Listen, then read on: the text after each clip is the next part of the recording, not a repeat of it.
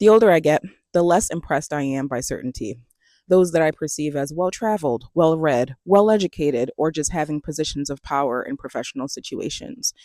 And the more impressed I am by people who lead with vulnerability, who are brave enough to be seen and like not hide those parts that we typically keep secret, and you're leading with those and you're revealing and exposing those, that is insanely attractive to me in like more ways than one, you know? Our greatest fear is to be seen. And if you're consistently showing and exposing those parts, integrating them into your daily life and like showing all the puzzle pieces that make you a human, fuego. That is amazing. And that is so impressive to me because all of us share those same fears.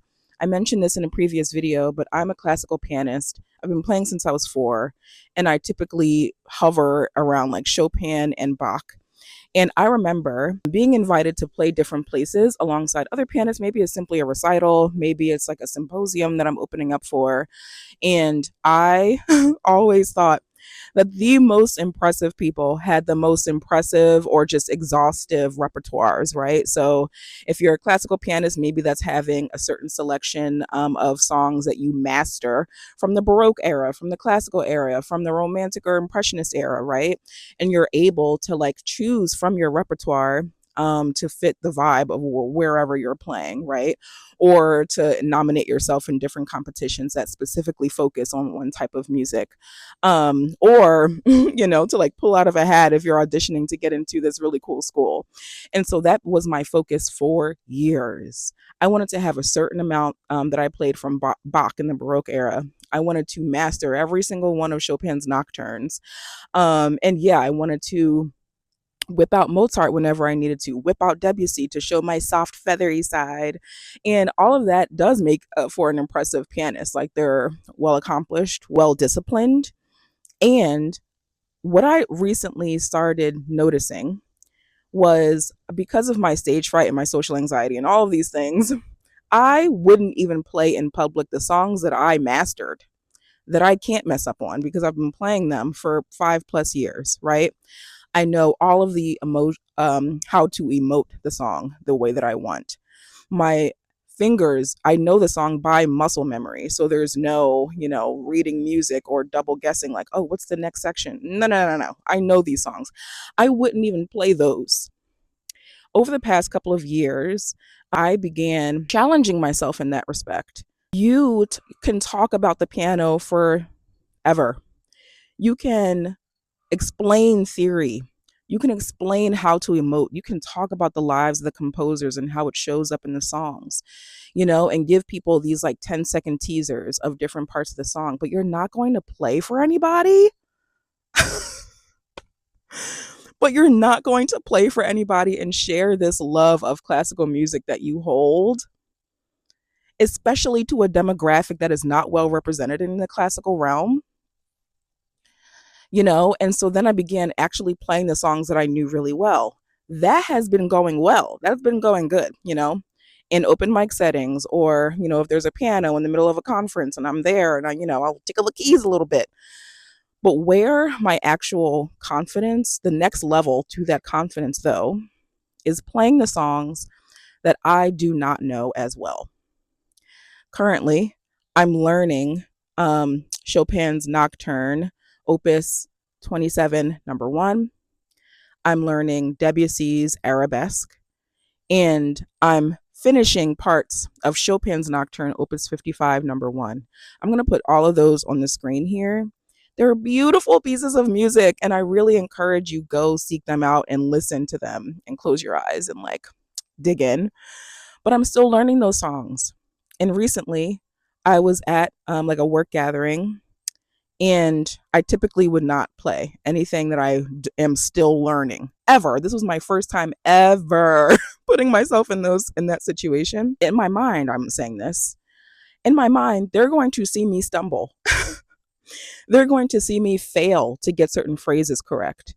I'm not going to emote the way that I want to through this song, but I'm going to play it anyway. And when I did, it felt like I was fostering a connection in the approach to piano playing that I never have before. I allowed myself to be seen failing, getting notes wrong, forgetting what the next section was, having to start over, right? And then reapproaching it. And maybe I get one part correct and I continue, I get my fingering right. But just to allow that process of learning and becoming to be seen, I left there feeling so confident because I'm no longer trying to hide the fact that I don't wake up in the morning and like know this like 6-page nocturne. What was I even trying to do before doing these exercises?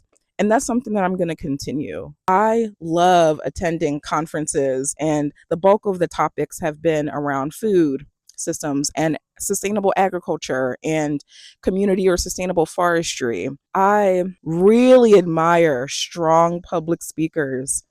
They are so impressive to me because that is the one area of my life that still terrifies me. But I jump in anyway and stumble through it, right? I remember last year in the springtime, I was on this panel at this very prestigious university, and I was nervous. I couldn't sleep the night before. My palms were sweaty. I'm sitting next to PhD people, because I'm like not Slumdog Millionaire. What would I say?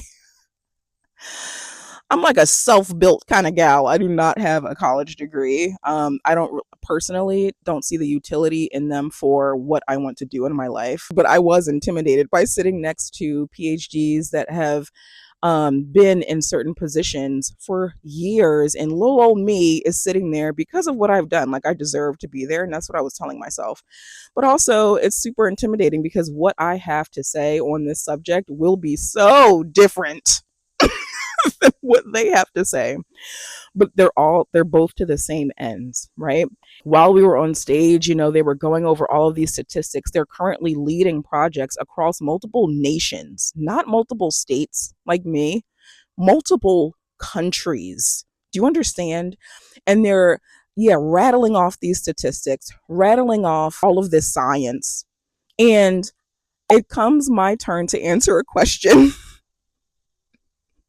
And I am sitting there trying to lean on the same realm of information that they were leaning on, right? So I am also rattling off quantitative things like dollars spent in investments for certain farmers in certain states for certain things, the risk of the investment, da da da. And it wasn't coming naturally to me because at the time I was invalidating the value of my experience and the value of my perception of the richness in the topic that we're talking about. Like my angle at looking at climate health is a very different angle than that of a scientist. Maybe not terribly different, but it's a flip side to the same coin, I should say.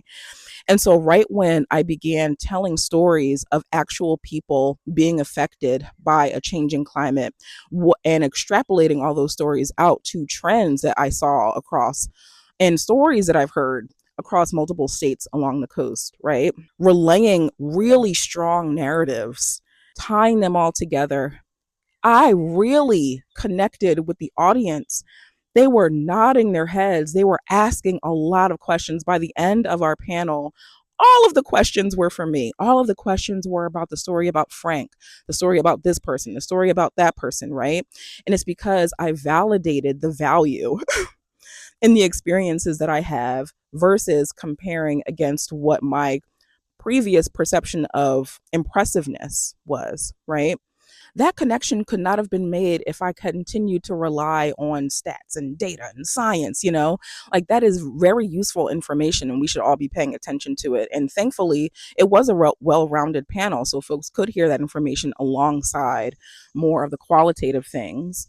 But yeah, that connection and that growth would not have happened unless I relied on how to confidently tell my contributions to climate impact in agricultural systems. And all of these experiences are something that have really helped me understand what it means to be a leader. I've been in the leadership and directorship space for a very long time. And one thing that comes with is being seen as an op to the folks that you supervise. However many levels are beneath you, you will be seen as an op, an enemy. There will be side conversations about you. There will be gossips about you. There will be rumors. There's going to be, and that's a coping mechanism, is something that I've learned, is that folks on different tiers use gossip to cope with their peers in order to form this like emotional or mental alliance against whoever their direct leader is, or however many folks are above them, right? So I know that it's like a coping mechanism and it's nothing terribly personal. But one leader that I really love and respect consistently leads with humility. They were aware of this reality that, there's gossip, there's rumors, there's perceptions that are incorrect. Some are correct, but you don't have the full picture to understand why they're correct, right? Like, so they knew that all of this existed for their staff of like 80 people that they were responsible ultimately and accountable for leading, right? And still, they came and asked for feedback in the areas that they struggled with. Showing signs of weakness as like the top dog and getting feedback from your staff who be talking about you, and still leading with that vulnerability to be like, yes, I am a human. All of us are humans, and I'm struggling with these things. And I think that they're being, perceived this way or having this type of effect that I don't want. And so, just so that everybody knows, this is something that I'm still trying to work out internally, not passing blame, not saying you don't understand me, da, da, da, none of that. Having this conversation. And yet, with all of this, I'm just learning that confidence really is a willingness to be seen while vulnerable, not having all of the answers, not having everything figured out, and still showing up anyway. Still showing up anyway. I love it. What a great lesson that we can all apply to our lives.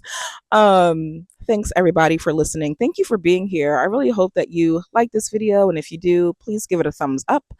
Subscribe if you're not already. Just last week we were at like 8 subscribers and now we're at 35.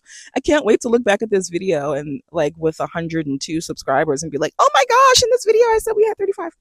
Anyway, I will see y'all tomorrow in the next video in this daily YouTube posting journey. And thanks for listening. Bye, guys.